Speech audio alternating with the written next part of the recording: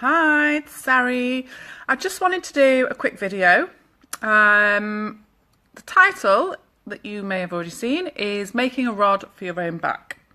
And I don't really like that phrase. And the reason I don't like that phrase is because if somebody's saying it to you, or you're saying it about yourself, the chances are you're implying that you're doing something wrong, that you're doing something that is going to cause you grief in the future, and you should be doing something else. It's kind of quite critical, really.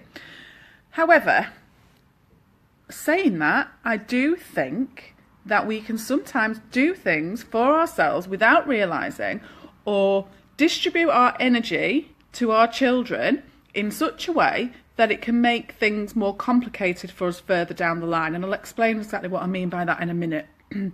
So, okay.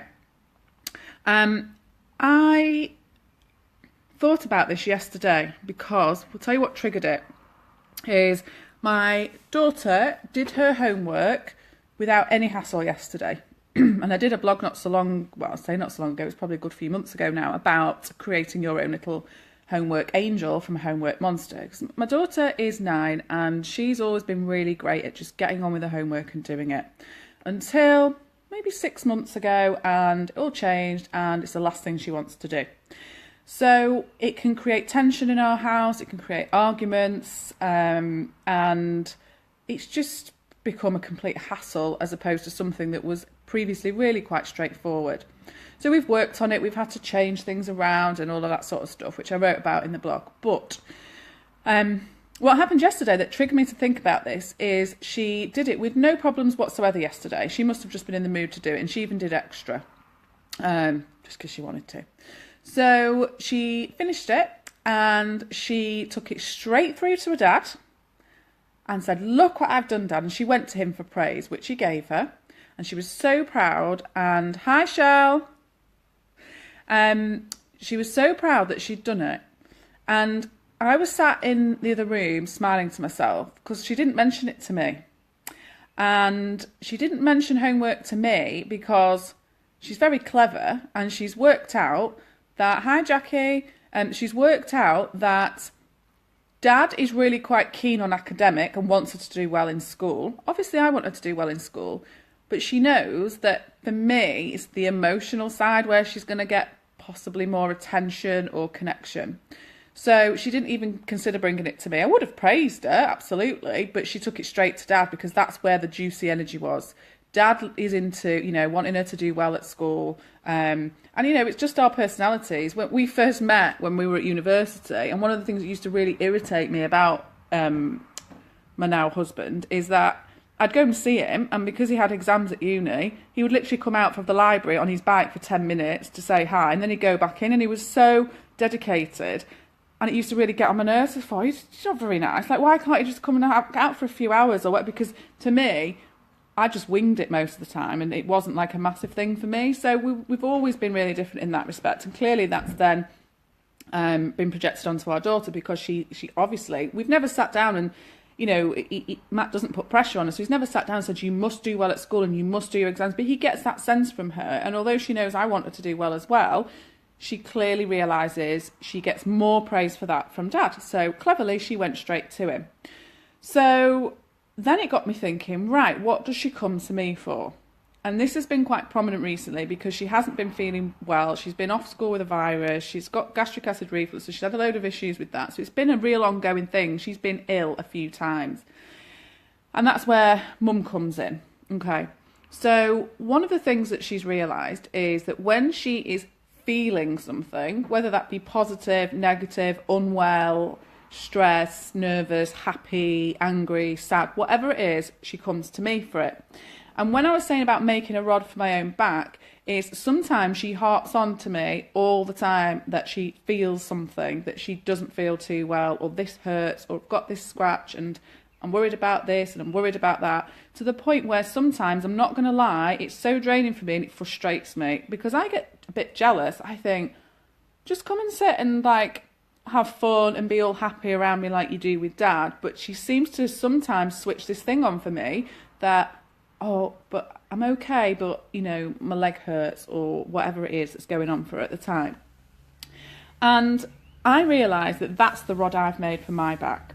Partly because of my job, I ask her a lot how she feels and we explore things and we go into detail. I don't actually do it so much now because I have realised sometimes that she can overthink it. So I've started to pull back a bit.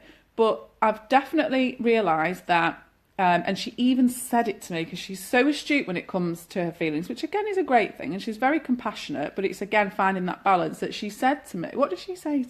I can't remember the exact words, but she basically said to me, you won't like me, you won't love me as much anymore, or I won't get as many cuddles or as much love from you if... I can't remember her words, but basically implied as if there's not something wrong with her or she isn't needing me, that I won't give her as much attention. So I've had to reflect on that, and same with Dad with the schoolwork, is thinking about actually how I balance the amount of energy I give to whatever's going on for her. So of course I'm going to give her more energy and attention if she's unwell and she's off school, because that's just what we do. We're there to look after them. But it's about also then, for me, making sure now what I'm doing more is say, when she isn't well, and this is how it came up, I'm saying to her, it's so good to see you jumping about the house and being really happy and seeming so much more settled. I love seeing you like that. And that's where it came up then. She's like, oh, but you might not give me as many cuddles now, or you might not, and she was thinking that she may actually lose out with me because she feels well. And that's something I really need to work on and to tackle. And what needs to happen is, and sometimes the reason it then comes full circle, and this is how with our partners, husbands, friends, even grandmas, granddads, and relationships we've got in families, is you have to really watch how you both work, because it's not just for me to stop giving her lots of love and attention when she's unwell. Of course I'm going to do that, but it's about balance.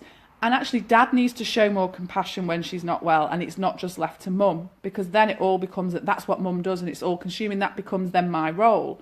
So he needs to be more compassionate, but equally I need to show more attention and praise and positivity when she's just getting on with it and she's doing her homework and all of the school stuff. So you see what it is, we both need to kind of adjust our style slightly so that she, because it's a bit of a vicious cycle. So if Dad's not, we say he's not compassionate, of course he's compassionate, but he's very much, oh, you'll be fine, get on with it, when it comes to illness and stuff like that, because that's just what he's like. But actually she does need people to know that it's okay for her, to be unwell, and that she's going to get looked after and all of that stuff. But it needs to come from both of us and everyone that's around her, really, rather than just me, because then she homes in on me for that. And that's where I feel like sometimes I make a rod for my own back, because it continues and continues.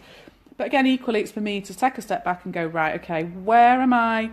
Where's my energy coming from with her? What is it that she's doing or saying when she gets my full undivided attention, and how do I want to adjust that for a more positive outlook for her, basically, on everything that she's doing. And I used to give her tons of attention before bed, because I would want her to be going to bed settled and okay and making sure everything's all right, she's got no worries and all of this, which again is fine to a degree, but she used to play me like a fiddle at bedtime. Now I don't do that.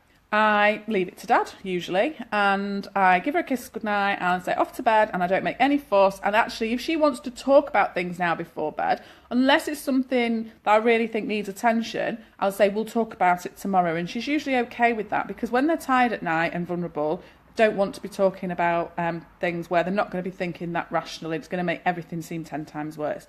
So I adjusted that, and actually she goes to bed absolutely fine, and there's very rarely any fuss, because Dad puts her to bed most of the time, or he'll go and check on her. I don't give her loads of energy at that time, because what I was finding, it was feeding her and it was making her overthink, and it just wasn't beneficial. Plus it used to drive me mad, if I'm honest. So I wanted to do this really just to get you to think about where you channel your energy with your children, what situations, or when do you know you're giving them more, because that's where sometimes you might make things more difficult for yourself. So it's about finding that balance. So I hope that was helpful. It was just a little tip, and it just dawned on me yesterday. So I thought I would share it. And I hope you're all well, and I'll see you soon.